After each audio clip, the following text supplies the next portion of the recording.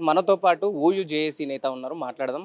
ఏంటి ఒకవైపు ఓయూలో సర్క్యులర్ జారీ అయింది. దానిపైన పెద్ద ఎత్తున వివాదం చెలరేగుతుంది. విద్యార్థులు ఆ ధర్నాలు రాస్తారోకలు అక్కడనే చేపట్టిల్లు. మరోవైపు ఇటు నిన్న ఏదైతే 42% బీసీలకు రిజర్వేషన్ కేటాయించమని చెప్పేసి అటు రేవంత్ రెడ్డి గారు తెలిపాడు. మరోవైపు ఇటు ప్రెస్ మీట్ పెట్టి అది నామమాత్రమే తెలిపాడు. దానివల్ల ఎటువంటి న్యాయం జరగదని ఇటు బీసీ నాయకులు కూడా అటు గలమెత్తడం జరుగుతుంది. మాట్లాడడం వీటన్నిటిపైన మనతో పాటు బీసీ నేత ఉన్నాడు.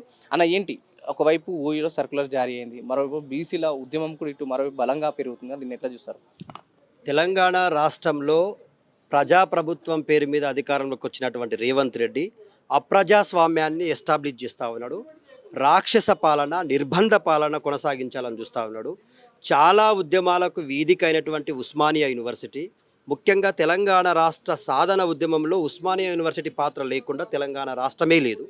అంత పెద్ద ఉద్యమంలో పాల్గొనేటువంటి ఉస్మానియా యూనివర్సిటీ విద్యార్థులను నిర్బంధించాలని, సర్కులర్లతో ఉద్యమాలను ఆపాలనేటువంటిది పిచ్చి చేష్ట.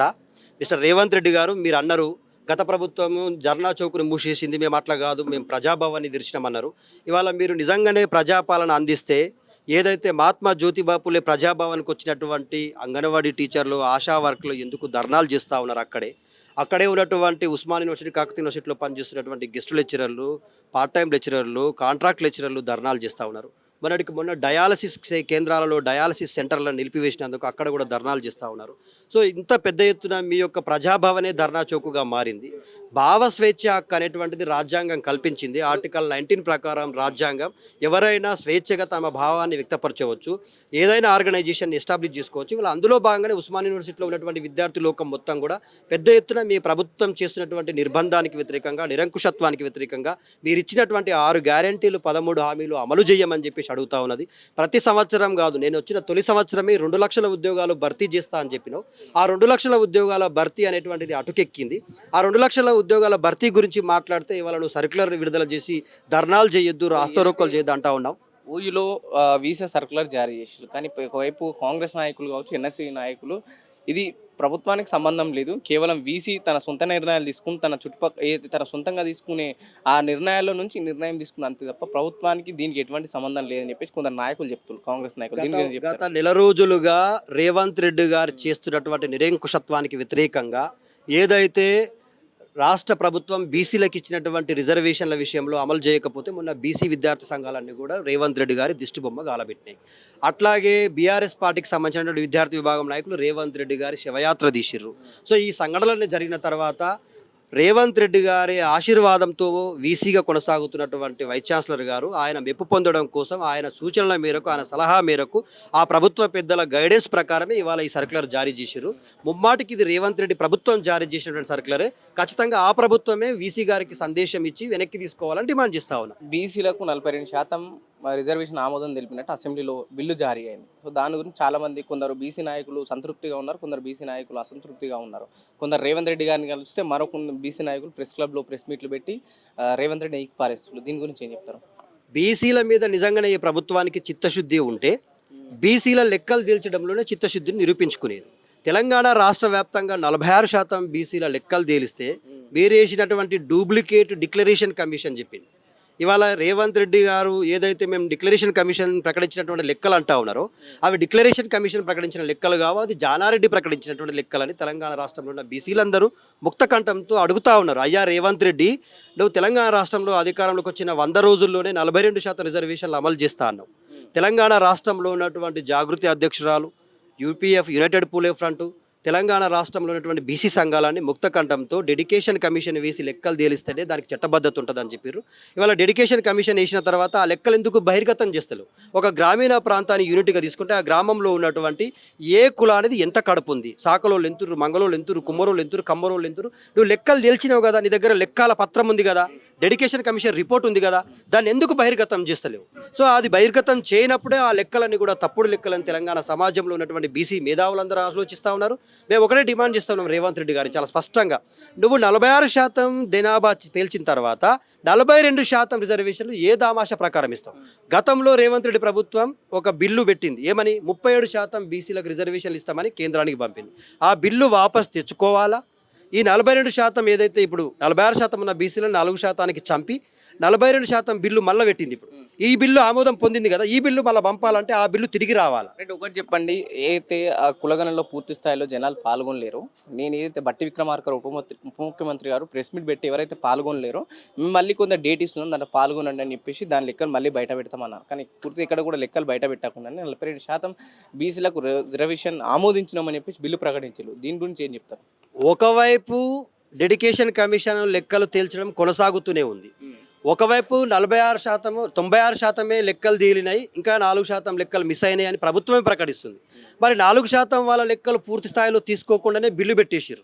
అంటే మీరు ఈ బిల్లుకు ఏ విధంగా చట్టబద్ధత లభిస్తుంది మీరు చెప్పండి. అంటే ప్రభుత్వము 100% బిల్లు తేల్చకుండా కేవలం స్థానిక సంస్థల ఎన్నికల్లోకి వెళ్ళిపోవాలి కాబట్టి బీసీలది లెక్కలు ఊకదంపుడు లెక్కలు ప్రకటించేయాలా, వాళ్ళకు పెట్టినము అన్నట్టుగా మమ అనిపించేయాలని చెప్పేసి వాళ్ళ ప్రకటించిందే తప్ప నిజంగానే ఈ రాష్ట్ర ప్రభుత్వానికి రేవంత్ రెడ్డికు కాంగ్రెస్కు చిత్తశుద్ధి ఉంటే ఈ బిల్లుని తక్షణం ఇప్పుడు తెలంగాణ రాష్ట్రంలో బీసీలలో ఏబిసిడి వర్గీకరణ ఉంది మిత్రమా. ఏబిసిడి వర్గీకరణ ప్రకారం బీసీలు ఏలో 7% రిజర్వేషన్ ఉంది, బీసీ బీలకు 10% ఉంది, బీసీ డీకు 7% ఉంది, బీసీసీకి 1% ఉంది, బీసీఈకు 4% ఉంది. ఇవాళ రేవంత్ రెడ్డి ప్రభుత్వము ముస్లింల రిజర్వేషన్లను సపరేట్గా ప్రకటించింది, ముస్లిం బీసీలు అని చెప్తా ఉంది. మరి 10% ముస్లిం బీసీలు, 46% ఒరిజినల్ బీసీలు, ఈ రెండు బీసీలను కలిపితే 56% అవుతున్నారు కదా. నువ్వేమో బిల్లు ఏమో 42%కి పెట్టినావు. మరి ఈ 42% బీసీ బిల్లులోనే ముస్లిం బీసీలు కూడా ఉన్నారా? ఒకవేళ ఈ 42% బీసీ బిల్లులోనే ముస్లిం బీసీల రిజర్వేషన్లు కూడా ఉంటే కేంద్రం ఎట్లా ఆమోదం పొందుతుంది? బీసీ మోడీ ప్రభుత్వము మేము ముస్లింలకు వ్యతిరేకం, ముస్లిం రిజర్వేషన్లకు వ్యతిరేకం అని కుండబద్దలు కొడుతుంది.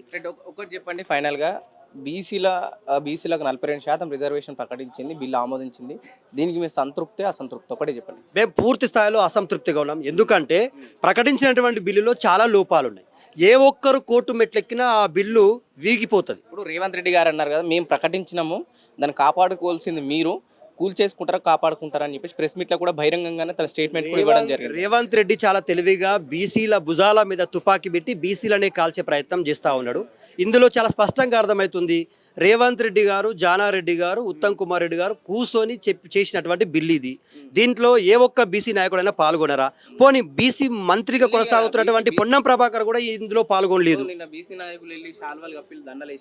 కేవలం కాంగ్రెస్ పార్టీలో ఉన్న వాళ్ళు ఏదైతే పార్టీ పదవులు ప్రకటించబోయే కార్పొరేషన్ పదవులు ఆశిస్తున్న బీసీ నాయకులు మాత్రమే కండువాలు కప్పిరు, శాలువాలు కప్పిరు. కానీ నేనేమంటున్నానంటే ఇది చాలా రాజ్యాంగబద్ధమైనటువంటి ప్రాసెస్ ఇంకా మిగిలి ఉంది. ఈ బిల్లును తీసుకుపోయి గవర్నర్ దగ్గర పెట్టాలా, గవర్నర్ ఆమోదం తెలిపిన తర్వాత కేంద్రానికి పంపాలా, కేంద్రం ఆమోదం తెలిపి రాష్ట్రపతికి పంపాలా, రాష్ట్రపతి ఆమోదం పొంది రాష్ట్రపతి రాజముద్ర పడి తిరిగి రావాలా. సో ఇంత ప్రాసెస్ మిగులు ఉండగానే సంబురాలు దేనికి చేస్తున్నారని అడుగుతా ఉన్నాం. దాంట్లో చాలా చట్టపరమైనటువంటి లోపాలు ఉన్నాయి. ఇవాళ 46% లెక్క తేలిస్తే 42%కి పెట్టినాం. వర్గీకరణ ఉంది తెలంగాణ రాష్ట్రంలో, బీసీలలో కూడా ఏబిసిడి వర్గీకరణ ఉంది.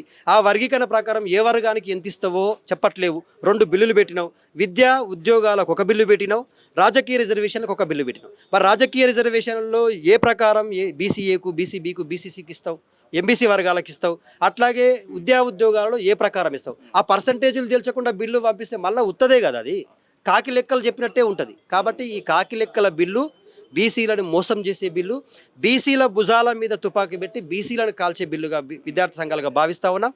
చిత్తశుద్ధి ఉంటే రేవంత్ రెడ్డి తక్షణం తెలంగాణ రాష్ట్రంలో ఉన్న అన్ని బీసీ సంఘాలను ప్లస్ అఖిలపక్షాన్ని ప్లస్ యునైటెడ్ పూలే ఫ్రంట్ను, జాగృతిని, ఎందుకంటే ఎమ్మెల్సీ కవిత గారు కూడా చాలా పెద్ద ఎత్తున తెలంగాణ రాష్ట్రంలో ఉన్నటువంటి అన్ని జిల్లాలలో రౌండ్ టేబుల్ సమావేశాలు పెట్టిర్రు.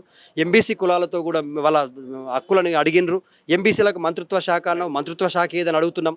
ఎంబీసీలకు బీసీలకు కలిపి ప్రతి సంవత్సరం 20,000 కోట్లు ఇస్తాన్నావు, 11,000 కోట్లు ఇచ్చినావు ఈ బడ్జెట్లో.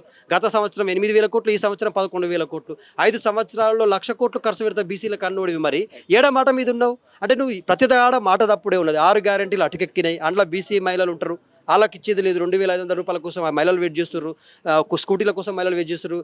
బంగారం అయితే ఇవ్వ అని చెప్పేసి కౌన్సిల్లో కవిత గారు అడిగినటువంటి దానికి కుండబద్దలు చెప్పినట్టుగా చెప్పారు. తులం బంగారం లేదు, ప్లస్ ఆ 1,00,000 రూపాయలు కూడా ఇస్తలేరు. ఇవన్నీ కూడా మోసానికి ప్రతీకగా రేవంత్ రెడ్డి ప్రభుత్వం మిగలబోతా ఉంది. బీసీలను మొట్టమొదటిసారిగా మోసం చేసింది ఈ 42% బీసీ బిల్లుతోటి. అది అమలైన తర్వాతనే దాని గురించి మాట్లాడాలి, సంబరాలు చేయాలని బీసీ నాయకులకు కూడా హెచ్చరిస్తాం.